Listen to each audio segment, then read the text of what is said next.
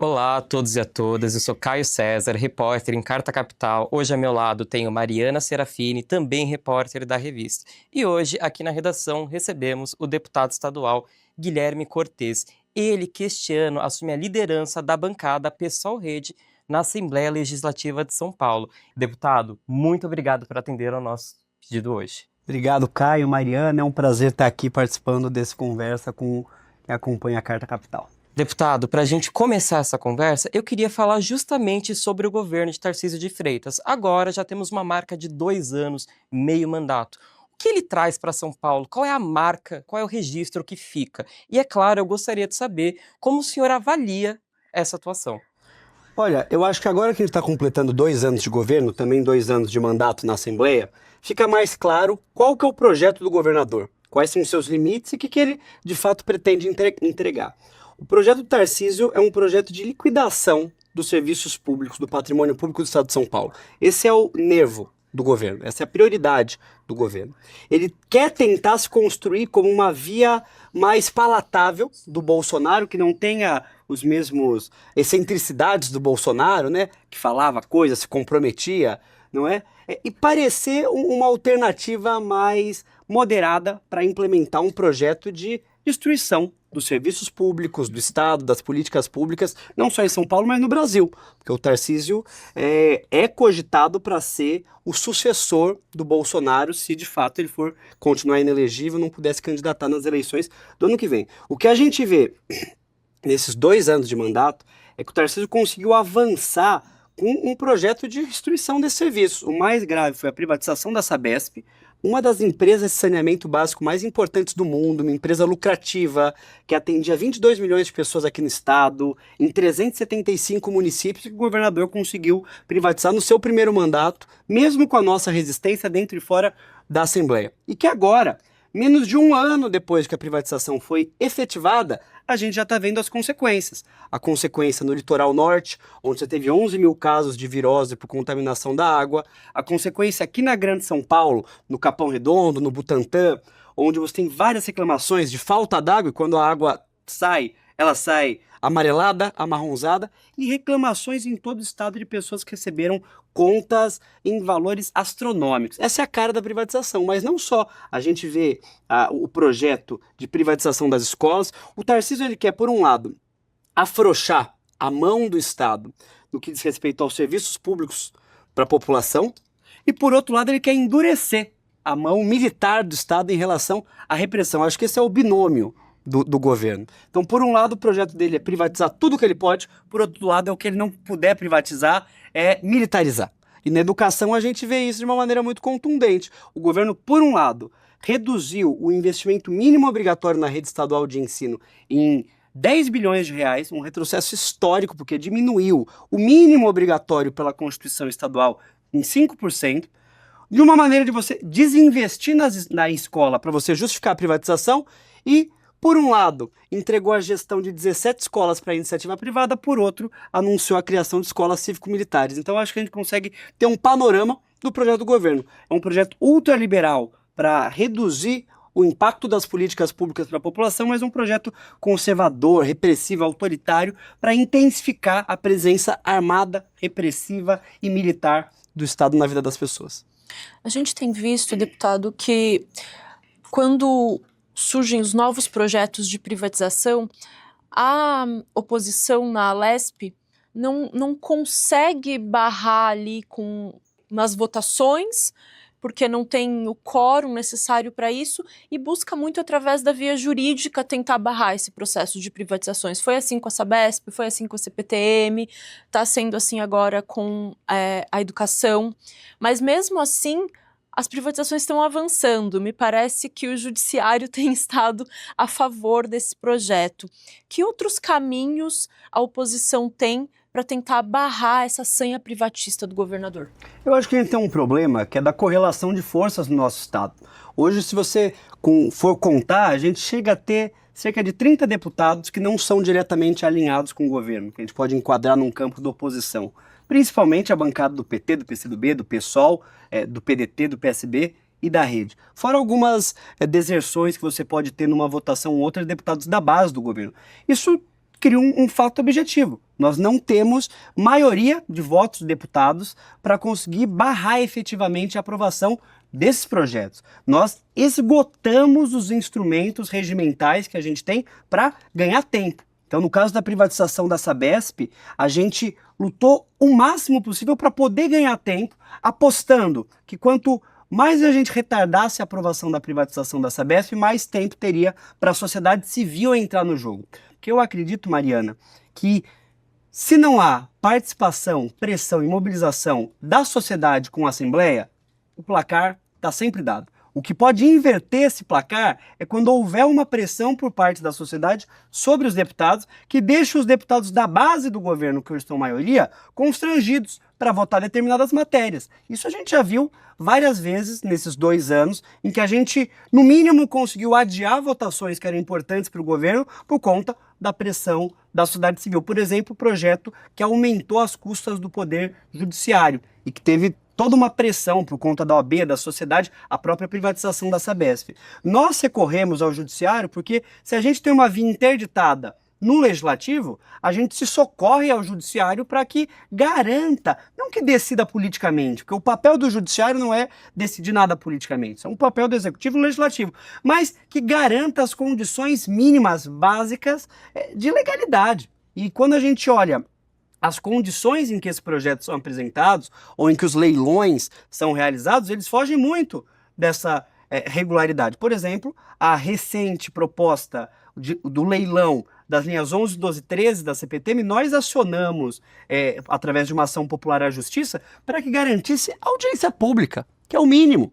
Que a lei obriga que, num caso de licitação, de concessão de um serviço essencial, você escute a população. E o Judiciário negou o nosso pedido liminar para que houvesse uma audiência pública. Nesse sentido, eu acredito, com todo o respeito, que o Judiciário está indo contra o que a própria legislação diz. Nós acionamos, durante todo o processo de privatização da Sabesp, o Poder Judiciário para garantir um processo minimamente democrático. A privatização da Sabesp, Mariana, da data em que ela foi protocolada na Assembleia Legislativa até a aprovação dela, transcorreram 45 dias. Alguém acredita que tem projetos que passam anos, décadas, arquivados, engavetados lá na Assembleia? Alguém acredita que 45 dias é tempo suficiente para se debruçar, analisar um projeto com impacto tão grande para o Estado de São Paulo, como a privatização da empresa de água e saneamento básico de 375 cidades no Estado?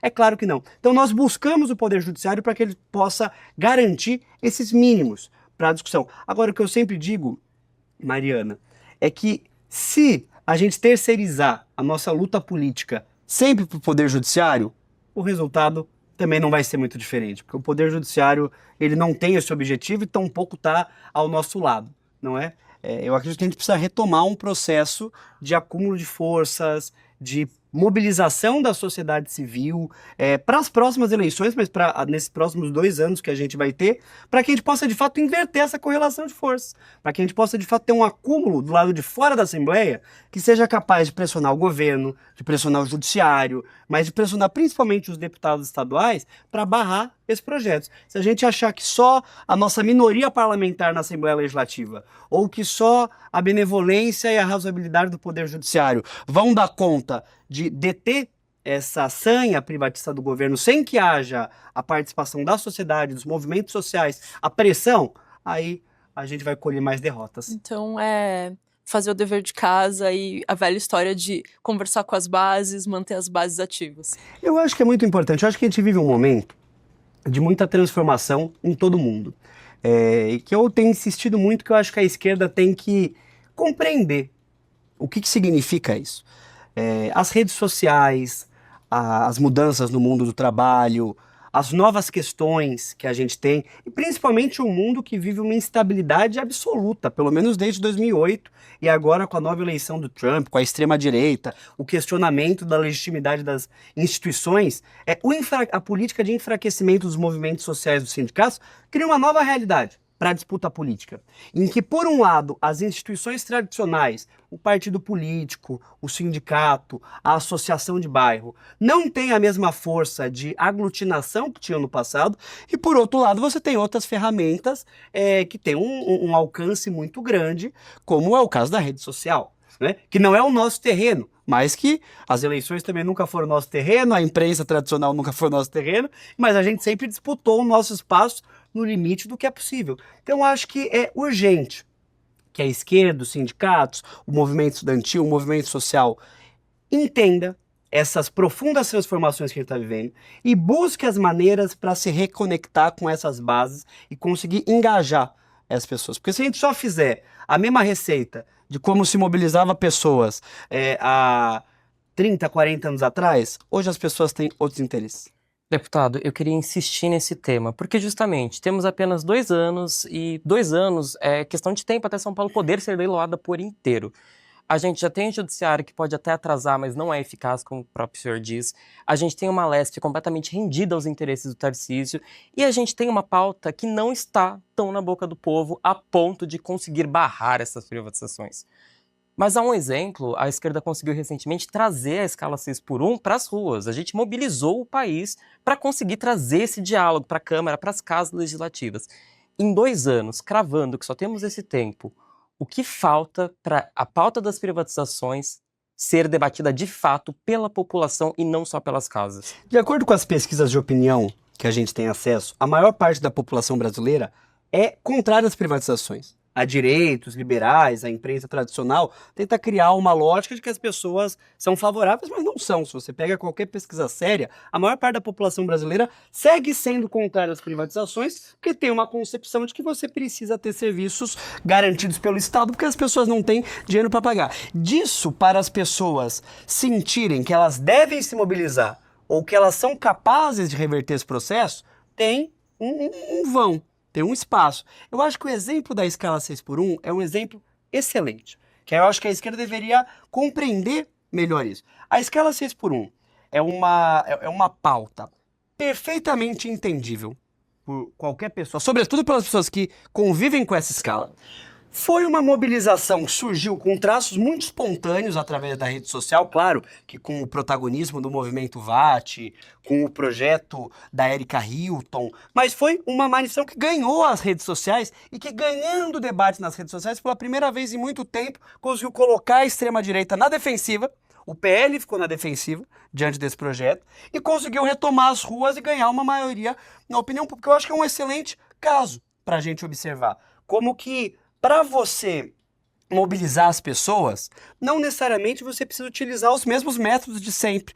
Você pode utilizar de outros mecanismos. Se hoje as pessoas, por bem ou por mal, não estou fazendo um juízo de valor se a gente está melhor ou pior hoje, mas se hoje as pessoas elas consomem num ritmo absurdo os conteúdos na rede social, por que a esquerda não vai se apropriar desse espaço para também difundir essa informação, para também fazer essa informação chegar? Por que a gente está tão atrás de todas as figuras da extrema-direita? Você pega o caso do Pix e do estrago que um vídeo de TikTok de uma figura da extrema-direita teve no país e que fez o governo sofrer uma derrota. Isso é meio que sintomático dos tempos que a gente vive. É claro que as redes sociais hoje declaradamente estão alinhadas com a extrema-direita, que elas são um espaço muito fértil para desinformação, para as fake news. Agora, eu não acho que isso é desculpa para a esquerda deixar de fazer a sua lição de casa, porque o exemplo da escala 6x1, dentre outros exemplos, mostram pra gente que é possível você se apropriar dessas ferramentas para fazer o debate com a sociedade. Que não significa você negar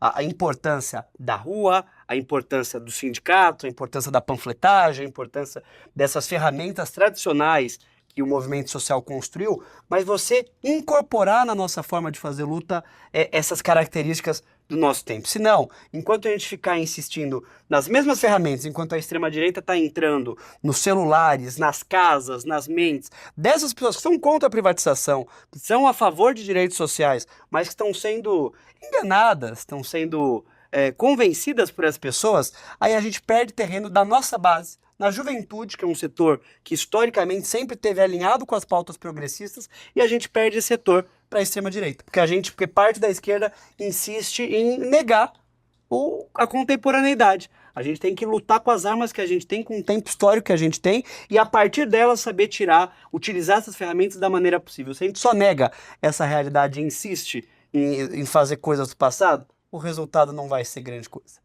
Deputado, eu acredito que uma das prioridades do governo Tarcísio agora para esses 2 anos que restam de mandato é consolidar o projeto de mudança da sede do governo aqui para os Campos Elíseos, na região central de São Paulo. Só que essa obra vai ter um impacto imenso ali na região. Centenas de famílias vão ser removidas do entorno da Praça Princesa Isabel e a favela do Moinho, que é a última favela do centro de São Paulo, vai ser inteira removida. Agora, em fevereiro, o governador já abaixou o decreto. E aí eu queria entender se esse projeto está dado como certo, se não tem mais como reverter, e o que a oposição pode fazer para tentar reduzir os impactos de gentrificação, remoções forçadas, enfim, para não piorar a vida dessas pessoas pobres que vivem no centro e que têm direito de exigirem viver no centro, né? Não serem deslocadas para longe de onde elas trabalham, de onde elas já têm uma vida. Esse projeto da transferência da sede do governo para o centro é um projeto muito estranho, que as pessoas não entendem qual que é a motivação.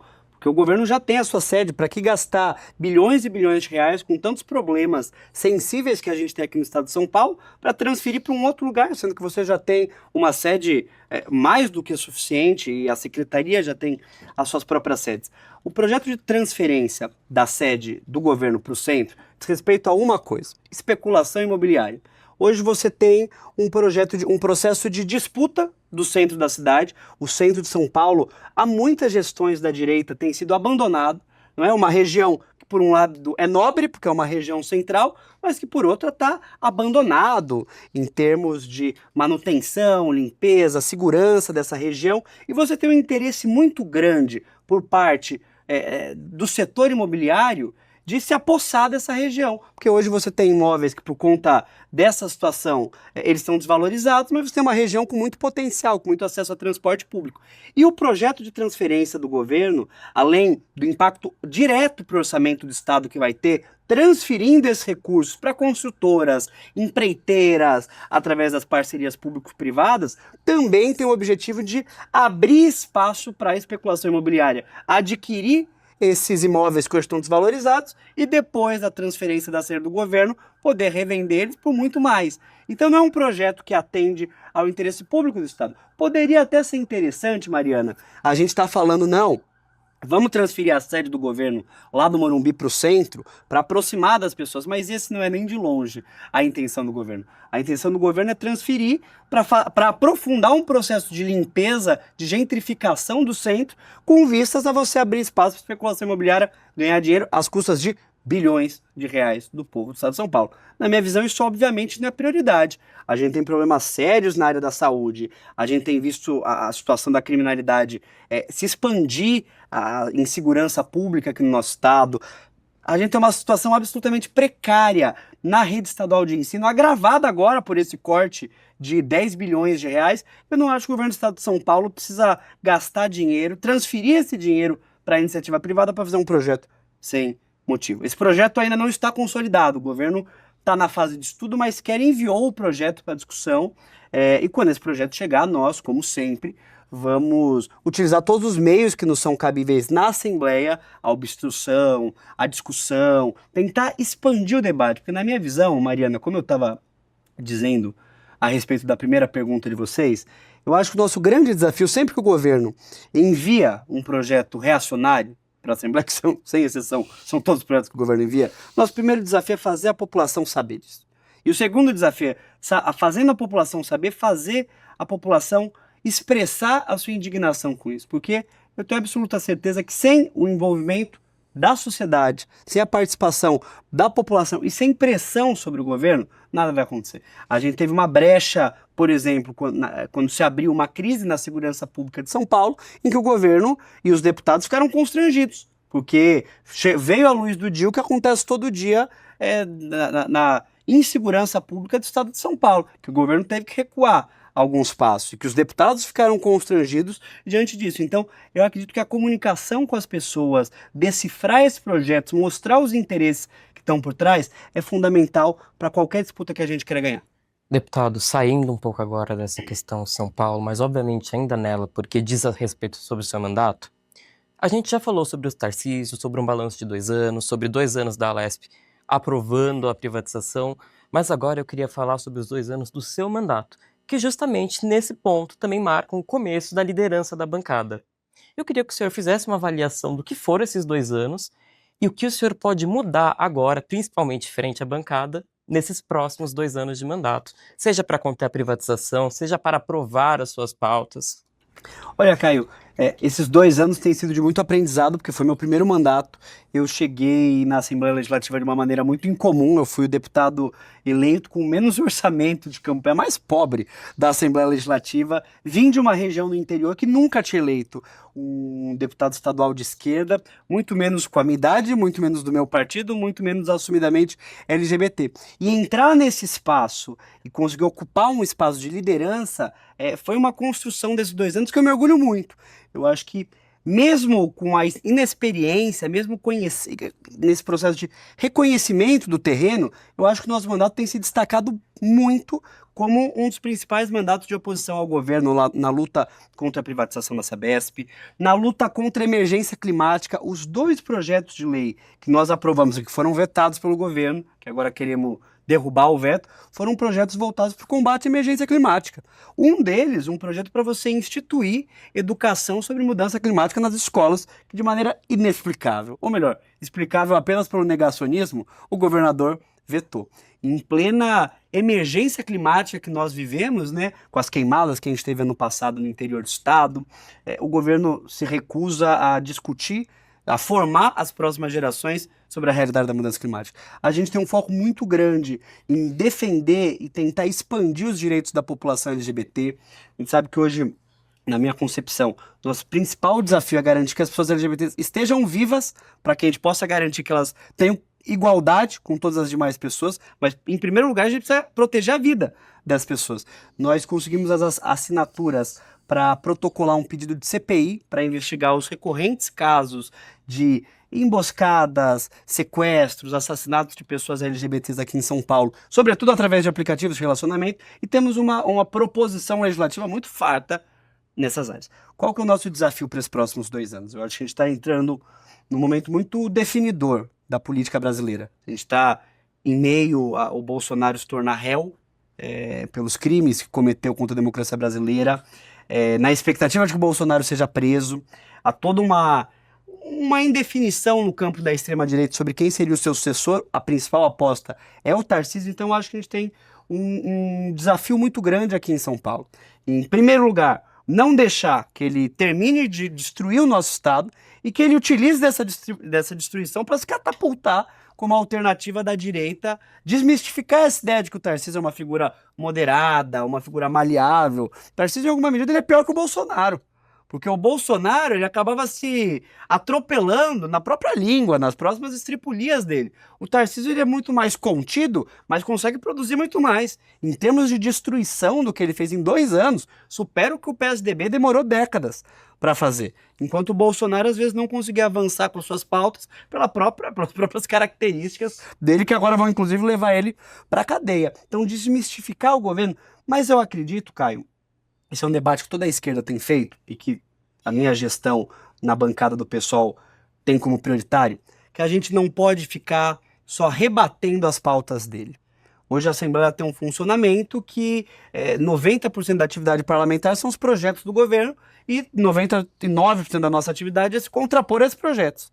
Quando a gente só se contrapõe, a gente está falando na língua deles. A gente precisa começar a pautar o que o pessoal, o que a oposição, o que a esquerda apresenta para o Estado de São Paulo. A gente não pode dar como certo, porque se o Tarcísio for candidato a governador, ele vai ser reeleito em primeiro turno, e se ele for candidato a presidente, ele vai fazer seu sucessor com facilidade. Sabe? A gente precisa articular esse campo da esquerda do Estado que tem o que apresentar. Tem seus projetos para apresentar, radicalmente diferente disso que a gente tem vivido há 40 anos. E agora, nesses últimos 2 anos, ainda pior no governo. Então, gostaria que a gente pudesse passar da defensiva e da resistência. E claro, a gente vive um momento em que a gente tem mais motivo para se defender do que espaço para avançar. Mas Se a gente não sair desse ciclo vicioso de só ser pautado e começar a pautar o debate público, como a escala 6x1 fez, que logo depois das eleições, logo depois que o Trump foi eleito, numa conjuntura muito adversa, em que ninguém imaginaria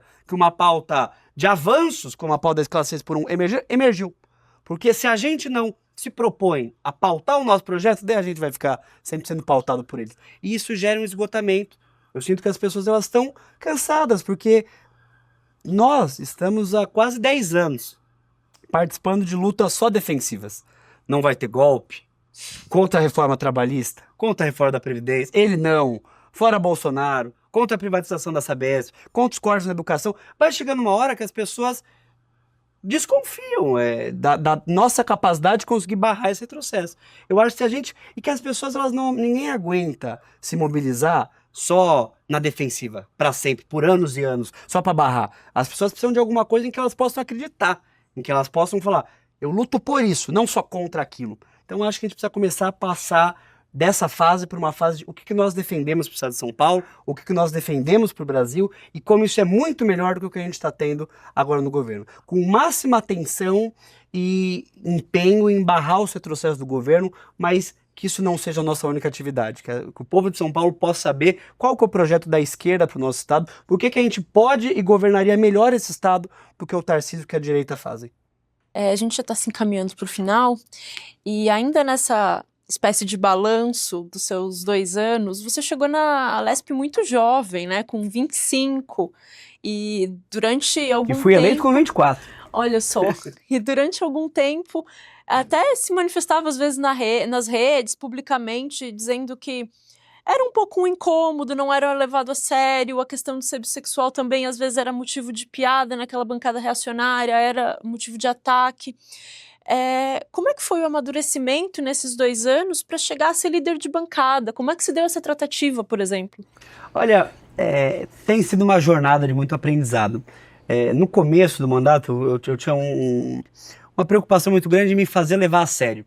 Porque quando a gente não pertence a esse perfil que historicamente ocupa espaço na política, eles buscam desqualificar a gente pelas nossas características. Então, se você é uma mulher, você é destemperada. Se você é jovem, você é inexperiente. No meu caso, que sou LGBT, sou afetado, ou coisas do tipo. Coisas que nós não somos, mas que eles tentam criar essa caricatura para nos desqualificar em qualquer oportunidade. Então, esses 2 anos foram anos da gente mostrar o nosso respeito. E eu acho que a gente conseguiu conquistar isso.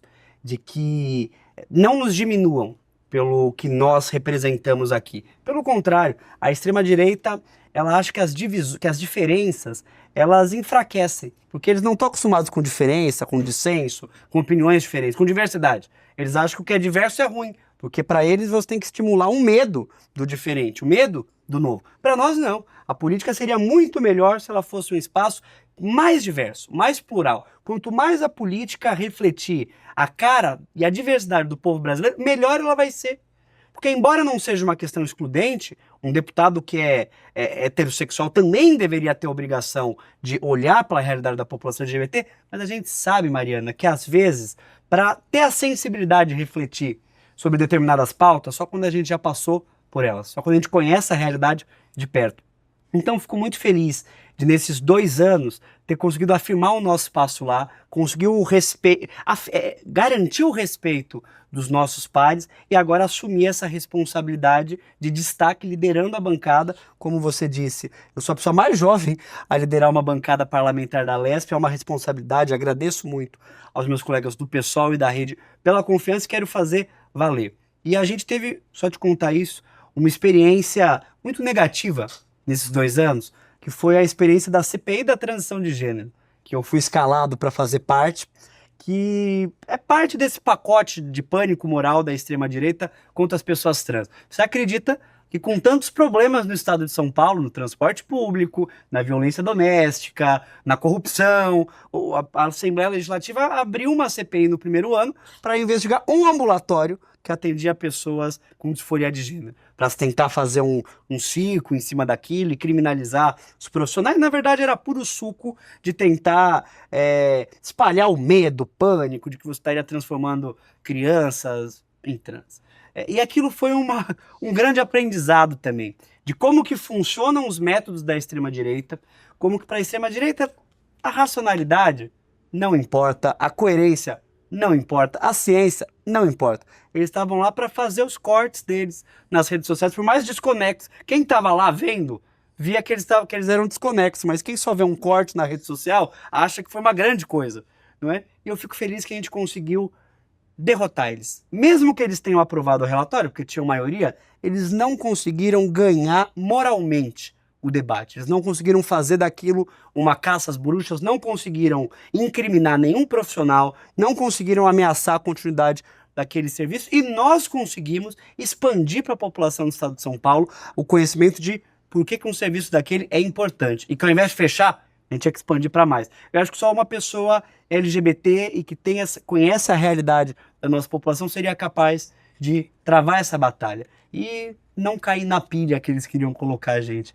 Então eu fico muito feliz com o que a gente tem feito nesses 2 anos. Espero que agora, como líder, com mais maturidade, e nesses 2 anos que vão ser decisivos para decidir o rumo do estado de São Paulo e do país, que a gente possa fazer muito melhor. Obrigada, deputado. Muito obrigada por ter Eu que aceitado o nosso agradeço, convite, pessoal. por essa conversa.